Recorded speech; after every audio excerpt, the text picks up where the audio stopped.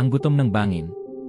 Sa puso ng Pilipinas, sa isang liblib na baryo ng San Felipe, matatagpuan ang isang lugar na puno ng takot at misteryo. Napapalibutan ng matatarik na bangin at ng sinaunang kagubatan ng kabutihan, ang baryong ito ay tahimik tuwing gabi. Walang naglalakas loob na magsalita ng malakas, lalo na kapag usapan ang tungkol sa bangin, isang napakalaking hukay sa gilid ng gubat na itinuturing na pintuan sa kasamaan. Ayon sa mga matatanda, ang bangin ay hindi basta-bastang hukay. Isa itong gutom na nilalang, isang halimaw na kumakain ng mga kaluluwa ng taong makasalanan. Maraming kwento ng pagkawala, mga tao na bigla na lang naglaho matapos marinig ang mga bulong na nagmumula sa hangin tuwing gabi. Sabi ng iba, ang bangin ay buhay, naghihintay ng mga susunod nitong biktima.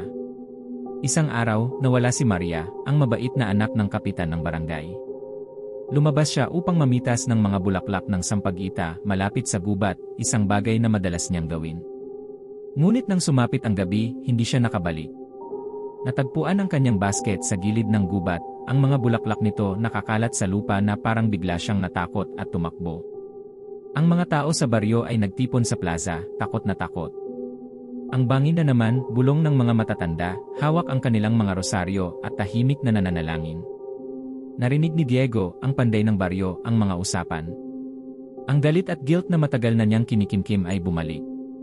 Maraming taon na ang nakalipas nang mawala ang kanyang ina sa parehong paraan, at wala siyang nagawa para iligtas ito.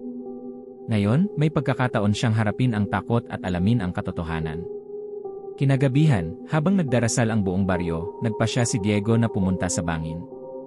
Bitbit ang lampara, bolo, at isang makapal na lubid, tumungo siya sa kagubatan.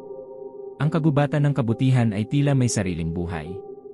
Ang mga balete na puno ay matataas at ang kanilang mga ugat ay tila gumagapang sa lupa. Ang hangin ay malamig, puno ng amoy ng lupa at bulok na dahon. Habang lumalalim si Diego sa gubat, nagiging mas madilim ito, parang sinasadya ng mga puno na takpan ang liwanag ng mga bituin. Naririnig niya ang mga bulong sa hangin, mahina noong una, pero habang papalapit siya sa bangin, lumalakas ang mga ito. Ang mga tinig ay tumatawag sa kanyang pangalan, nagmamakaawa at nangungutya. Nang makarating siya sa bangin, tumigil siya.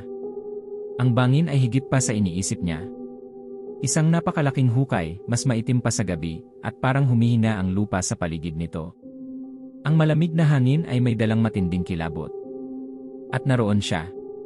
Si Maria, nakatayo sa gilid ng bangin, nakatalikod. Ang kanyang buhok ay gumagalaw sa hangin, pero ang paligid ay tahimik. Maria, tawag ni Diego, nanginginig ang boses. Dahan-dahang humarap si Maria. Ang kanyang mukha ay maputla at hukot, ang kanyang mga mata ay dalawang madilim na hukay, at ang kanyang bibig ay nakanganga sa isang ngiti na parang pilit. Hinintay ka nila, bulong niya, ang kanyang tinig ay halo ng maraming boses, umiiyak, tumatawa, at nagmumura. Itinuro niya ang hukay, ang daliri niya ay parang buto na walang laman. Sa kabila ng takot, tinali ni Diego ang lubid sa isang puno ng balete at nagsimulang bumaba sa bangin. Habang bumababa, naramdaman ni Diego ang lamig na parang sinisipsip nito ang kanyang lakas. Ang mga pader ng bangin ay basa at kumikislap sa kakaibang liwanag. Sa bawat hakbang niya pababa, mas lumalakas ang mga bulong. Nang marating niya ang ilalim, natagpuan niya ang isang napakalawak na kuweba. Ang lupa sa ilalim ng kanyang mga paa ay parang laman, malambot at basa. Ang hangin ay amoy bulok na laman, at ang liwanag ay nagmumula sa isang bagay sa gitna ng kuweba. Doon niya nakita ang mga biktima ng bangin. Ang mga tao ay nakabaon sa mga pader, ang kanilang mga katawan ay kalahating natutunaw at ang kanilang mga mukha ay puno ng sakit. Ang ilan sa kanila ay kinikilala niya, mga tao sa baryo, kabilang ang kanyang ina. Diego! Lumingon siya at nakita ang kanyang ina, ang mukha nito ay maputla at puno ng luha. Bakit mo ako iniwan? Tanong nito, ang boses ay puno ng galit at sakit. Napatigil si Diego. Naalala niya ang araw na nawala ang kanyang ina. Bata pa siya noon, hawak ang kamay ng ina habang nangunguha ng mga bunga. Na-distract siya ng tawa mula sa gubat at binitiwan ang kamay nito. Nang lumingon siya, wala na ito. Hindi ko sinasadya, umiiyak na sabi ni Diego. Iniwan mo ako, sigaw nito, ang boses ay naging malupit at matalim. Unti-unti itong nagbago, ang katawan ay humaba at ang mga kamay ay naging matatalas na kuko. Ang mga pader ng kuweba ay gumalaw. Ang mga biktima ay nagsimulang sumigaw, ang kanilang mga kamay ay pilit na umaabot kay Diego.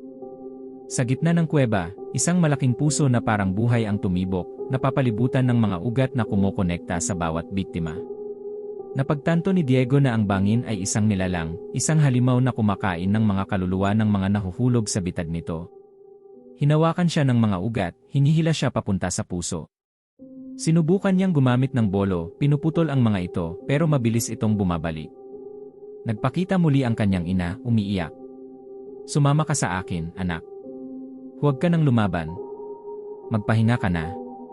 Nanghina si Diego, ang kanyang puso ay nabalot ng guilt.